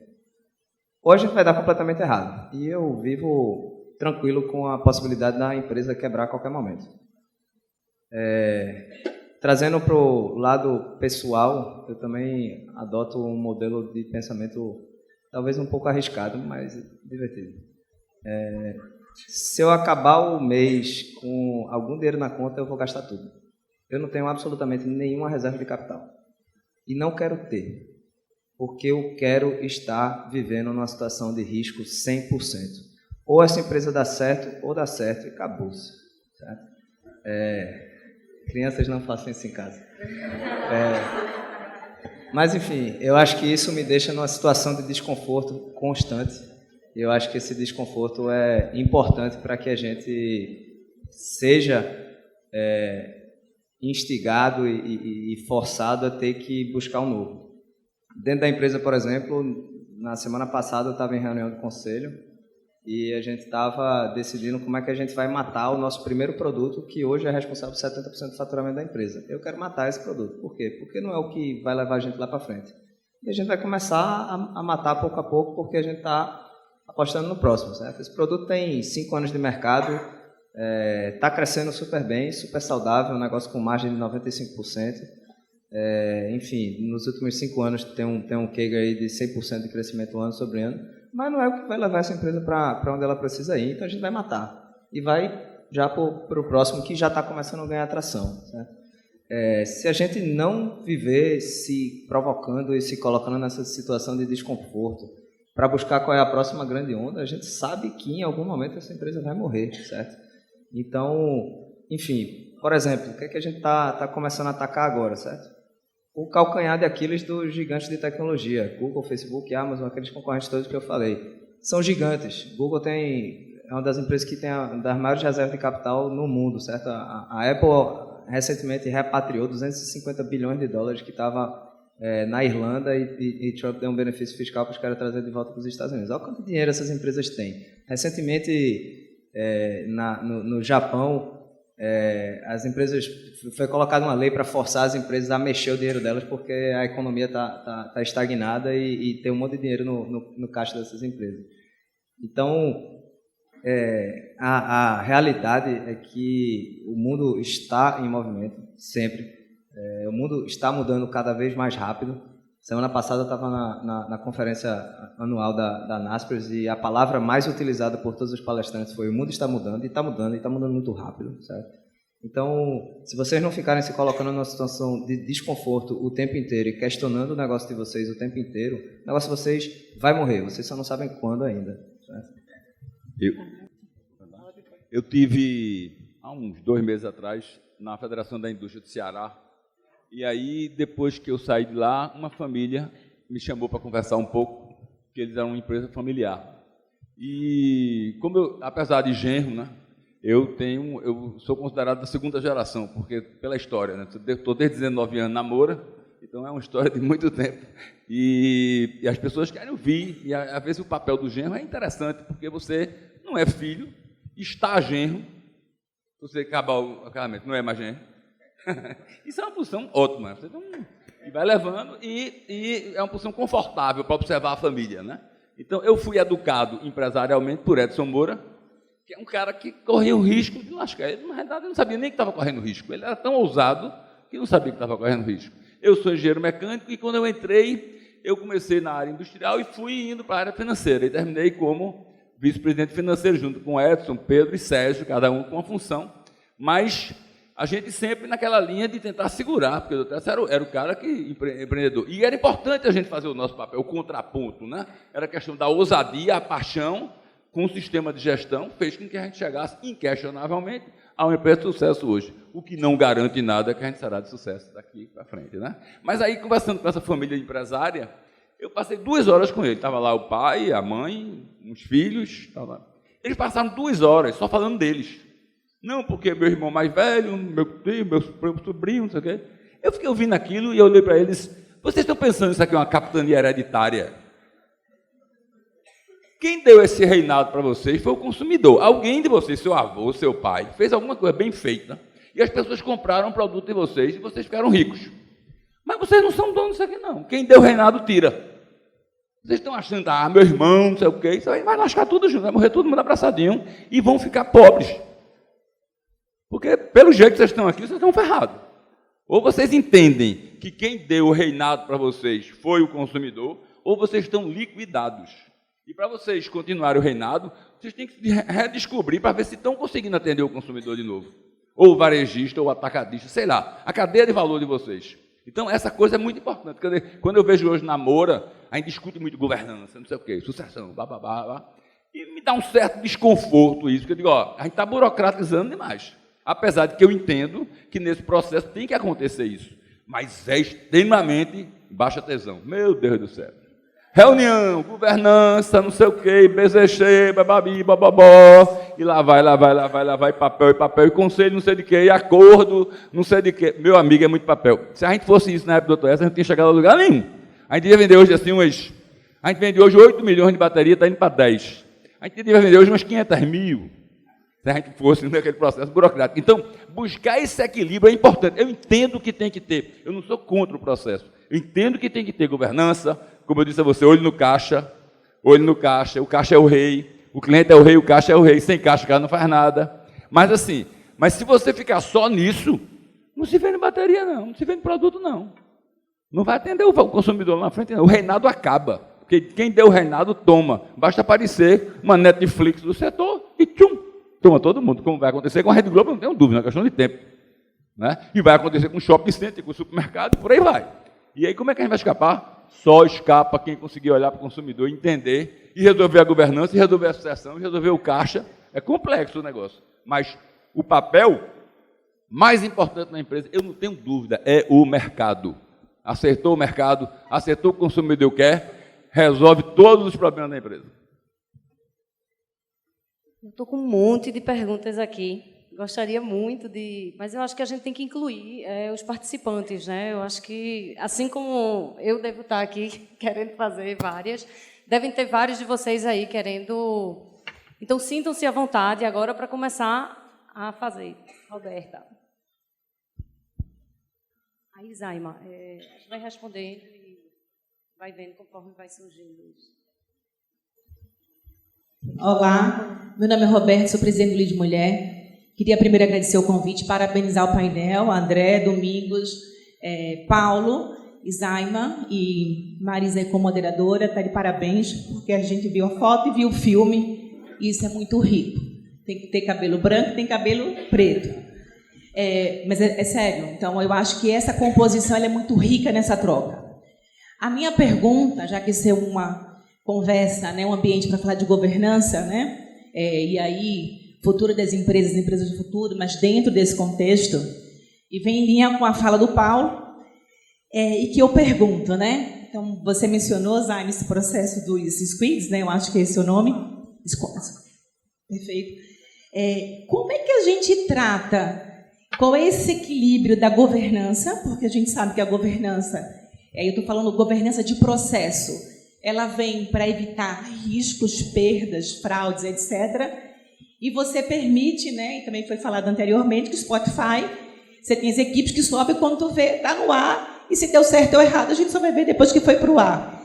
Como é que da parte da gestão se implementa, eu imagino que deva haver, situações de monitoramento de risco? Como é que a governança se encaixa nesses ambientes mais disruptivos, que precisa ter velocidade, senão não tem inovação? Então, essa é uma pergunta aí para vocês. Obrigada. Obrigada pela pergunta, achei muito pertinente, porque muitas vezes essa nova forma de trabalho, sem hierarquia estabelecida, ela é confundida com falta de governança, que é o contrário. Na verdade, a gente tem tanta métrica, as nossas métricas são diárias e são métricas à vista. Se um time não está dando certo, no modelo tradicional, como que acontece? Se a empresa for uma empresa maior, ela deve ter lá uma gestão de projetos, a gente vai descobrir que o projeto não vai entregar na véspera da data final do projeto. Dessa nova forma de trabalho, a gente descobre isso a cada 15 dias, a gente sabe. E as métricas, na verdade, são diárias e à vista. E tem os processos, esse processo do time ganhar autonomia é um negócio muito bacana. Assim, tem as cerimônias, né, específicas dessas novas metodologias. Uma cerimônia é o planejamento, o planning, onde o próprio time define o que eles vão entregar naqueles próximos 15 dias. Uma outra cerimônia é a review. Eles olham para trás. Eles entregaram com a performance que eles gostariam que fosse entregue? Precisou reprogramar alguma coisa? O time tem que mudar alguma coisa na sua forma de trabalho? E tem uma cerimônia que é muito bacana, que é a cerimônia do dia. Todo dia o time se reúne por 15 minutos. Eles fazem as reuniões em pé, assim. A hora que você vê um time reunido assim lá no nosso espaço, é porque eles estão fazendo essa cerimônia diária. Nessa cerimônia diária, os meus estagiários, eu trabalho com bastante gente jovem, que a gente faz desenvolvimento, eles apelidaram a cerimônia do Muro da Vergonha. Por que é o Muro da Vergonha? Porque a pessoa se comprometeu com a entrega. Chega no dia, ela tem que falar se ela entregou ou não. Então, se ela não entregou, aquilo é uma vergonha para ela. Isso faz com que o time, de fato, ele cresça junto. E faz também com que aquelas pessoas que não se adaptam à sua nova forma de trabalho, elas acabam sendo expelidas naturalmente, né? É um processo, foi até falado aqui, assim, muita gente fica pelo caminho. Desde que a gente fundou o Brain, a gente teve que trocar muitas pessoas do time, e a maior parte das trocas foi troca voluntária, a pessoa não consegue se adaptar. Mas quem fica, a pessoa gosta da forma de trabalho, ela se engaja e ela cresce de fato. Então, existe sim uma governança e mitiga o risco. Porque a empresa, como eu comentei aqui, ela só faz investimento na hora que a gente está num nível de teste, de certeza das variáveis daquele investimento que vai ser feito, muito, muito além do que o que a gente tem simplesmente numa planilha financeira. Então, gera realmente eficiência. Como a gente ainda está no modelo pequeno, né, assim, o Brain tem 100 pessoas hoje, agora com a nossa expansão aqui vai para 140, então é uma área pequena, né? Quando a gente mudar, né, toda a organização, a gente tem uma expectativa de eficiência, de fato, na ordem de 30%. 30% de redução de custo, realmente, em função da gente conseguir ter um time to market melhor, em condição da gente tirar muitas alavancas que fazem com que a nossa empresa não seja rápida, né? Assim, não faça as coisas de forma eficiente. Maravilha. Temos uma pergunta aqui, lá logo, né? Natália, do Banco JP Morgan. É uma pergunta mais ampla, olhando na perspectiva dos negócios de cada um. O que te mais preocupa quando você vai dormir à noite? E também olhando pelo outro lado, o que te inspira, ou talvez quem te inspira para levar seu negócio para um próximo nível? Vocês poderiam falar, assim, bem rapidinho cada um, e aí teria a visão de todos. Beleza. Bom, o que é que me preocupa? A inércia. Quem me inspira? Um monte de gente por razões diferentes. Acho que, principalmente, Steve Jobs, eu acho que ele é um cara muito visionário que ia contra a maioria dos modelos.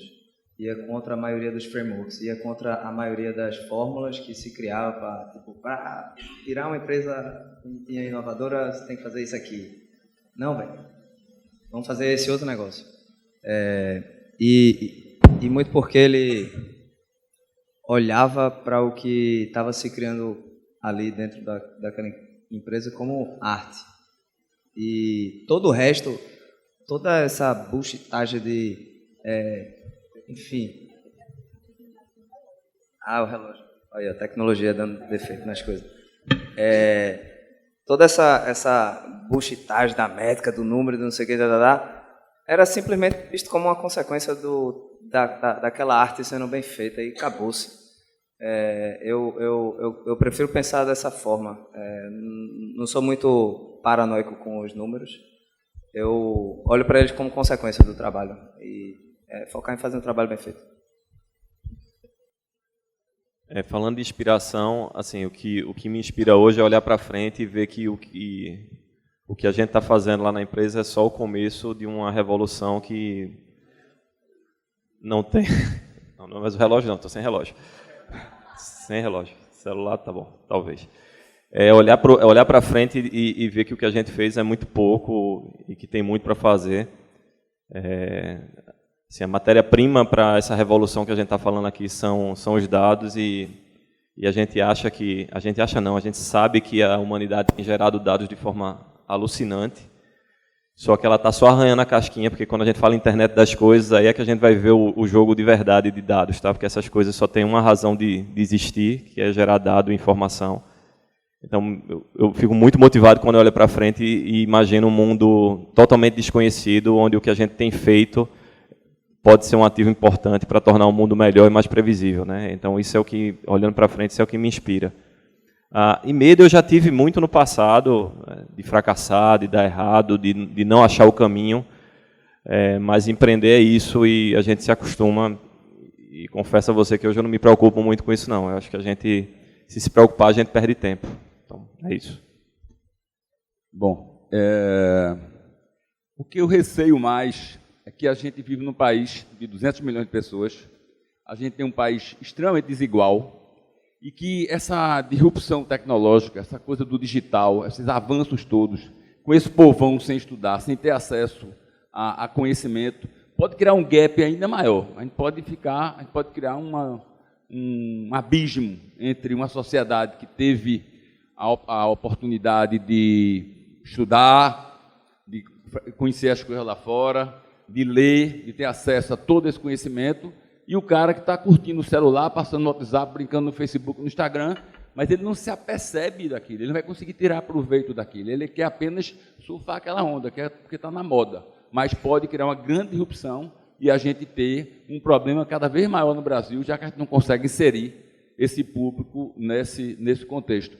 Eu, como tenho 65 anos, eu me sinto meio devedor da sociedade. Eu estudei na Universidade Federal de Pernambuco, fiz engenharia mecânica, não paguei nada por esse curso, estudei no colégio de aplicação, também não paguei nada. Eu me sinto meio devedor, porque eu tenho tudo e não quero sair do Brasil, quero morrer aqui, em Pernambuco mesmo. E como é que eu vou? Qual é o meu papel daqui para frente? É mais do que ser empresário, do que ser pai de família, avô. A gente tem que fazer alguma coisa, a gente tem que olhar mais para a sociedade, a gente tem que se juntar mais como empresário, porque senão a gente vai ter que sair daqui. E aí a gente vai estar com alta tecnologia, num país que não é da gente, a gente é um estrangeiro e não conseguiu fazer absolutamente nada e vai dar um tremendo no vazio. Então vamos usar a tecnologia, a juventude aí que entende do digital e tudo, para tentar fazer com que a gente mude isso aqui. Vamos tentar, não é só fazer com que o presidente seja presidente pela rede social. É muito banal isso. Vamos tentar fazer com que essas coisas, com que a gente exerça o nosso papel de educador, de ensinar, mudar um pouco isso. Eu acho que esse é um papel que a gente precisa fazer.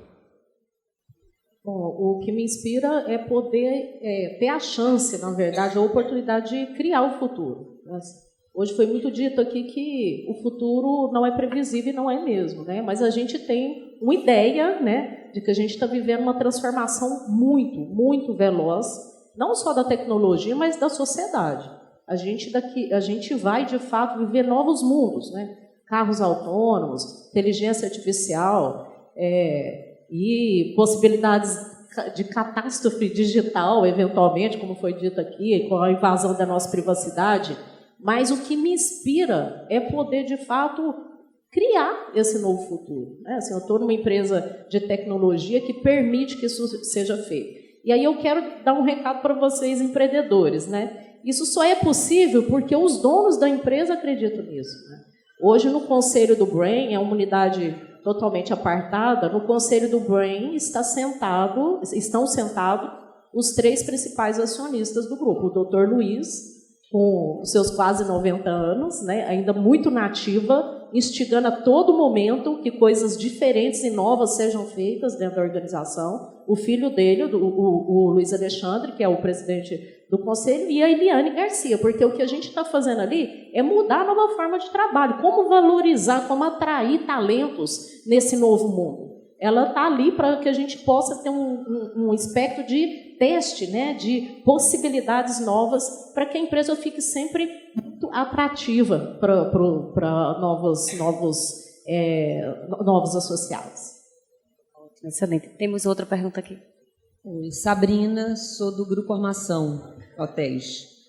Eu vou puxar a sardinha bem para o meu lado agora um pouquinho, porque vocês provocam tanto a gente que eu estou meio apavoradinha aqui com o futuro do turismo, da hotelaria. Tem uma Amazon Travel aí que está ameaçando chegar, e isso pode ser bom, isso pode ser ameaçador, a gente não sabe direito. Como é que vocês enxergam o futuro do turismo, da hotelaria? Não só aqui, mas no mundo. Bom, eu não entendo nada dessa indústria, tá? Então, eu não tenho nenhum compromisso aqui com o futuro, com acertar o futuro. Mas eu posso dizer o seguinte, Se a gente pega o exemplo, a gente falou, eu usei o exemplo do Netflix aqui, né, que ele desrompeu o Blockbuster e que todo mundo aqui levantou a mão dizendo que usa Netflix e que não conhece um ex-cliente. Mas a Amazon, que você citou, por exemplo, quando ela entrou com o Prime no Brasil, não sei se vocês sabem, mas ela tem um Amazon Video e tem um Amazon Music, tudo por R$ 9,90 por mês.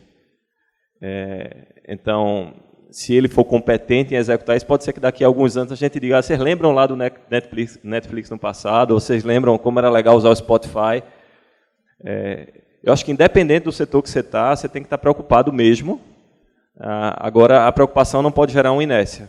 Aí eu, mais uma vez, eu não entendo da indústria de turismo, eu entendo que a revolução digital, na minha percepção, ela é algo que tem que ser usado a favor do turismo, porque, por exemplo, eu viajo muito, a Marisa comentou, né? Meu hobby é estar com os meninos e com Fernanda viajando. Então, nada substitui uma experiência presencial.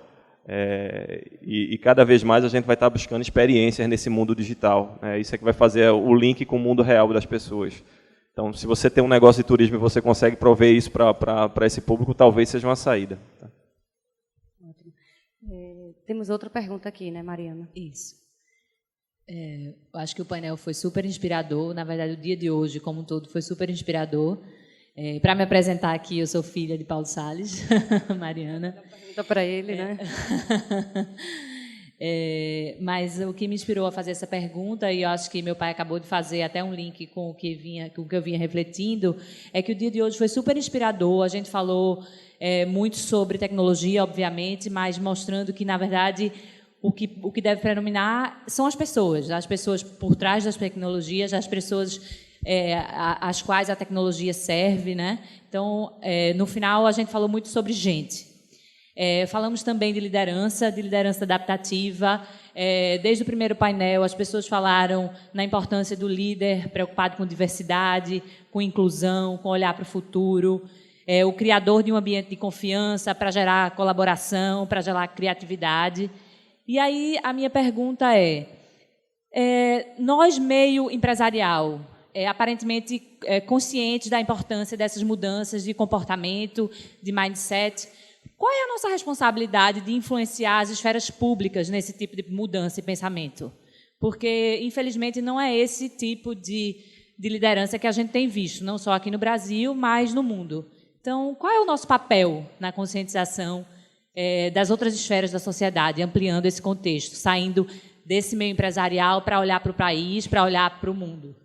Deixa eu tentar começar aqui, porque eu acho que quando o Paulo comentou, eu fiquei me segurando aqui para falar sobre o problema de educação no Brasil, educação não, né? O problema da população que não tem educação e não tem formação e que não vai conseguir evoluir junto com a tecnologia, né? Na minha percepção, quando a gente fala de influenciar o meio público, eu acho que uma coisa legal era se a gente conseguisse mudar o mindset da educação, seria uma coisa válida.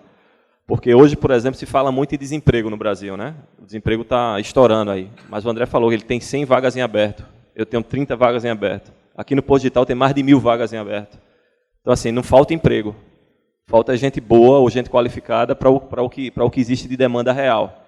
Então, eu como empreendedor, eu costumo ignorar um pouco o que o governo faz por mim, porque eu acho que eu tenho que fazer, independente de quem está lá, independente do cenário que se coloca para mim.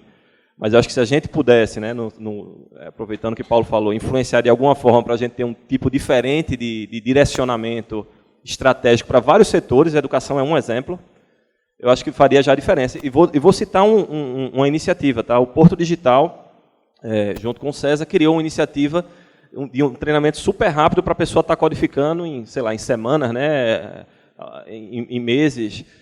O Augusto e o Henrique estão aqui, vocês podem conversar com eles. Então, eles pegam pessoas que não têm formação nenhuma e daqui a pouco, em 2 meses, estão estagiando na Inloco, estão estagiando na Neurotech e estão estagiando em problemas reais. Então, acho que isso é o tipo de iniciativa que não envolve o governo, mais uma vez, e que pode fazer a diferença para diminuir um pouco a desigualdade, né? Eu vi um depoimento no LinkedIn essa semana de um ex-estudante do SIM, como eu e André, que ele comentava que o filho dele ele tirou do SIM e colocou para estudar no César School, porque no César School, depois de 4 meses que ele estava lá estudando, ele já está trabalhando, já está entendendo dor de mercado, já está entendendo dor de negócio. E veja, o SIM é uma universidade fantástica, mas é uma universidade pública, que não vai mudar o currículo, apesar de ter professores fantásticos lá dentro, não muda tão rápido quanto o César, por exemplo, consegue mudar. Então, acredito que os problemas públicos se resolvem na iniciativa privada, se a gente tiver possibilidade de empreender coisas diferentes. Tá? Claro. Bom, 20 segundos. 20 segundos, rapidinho.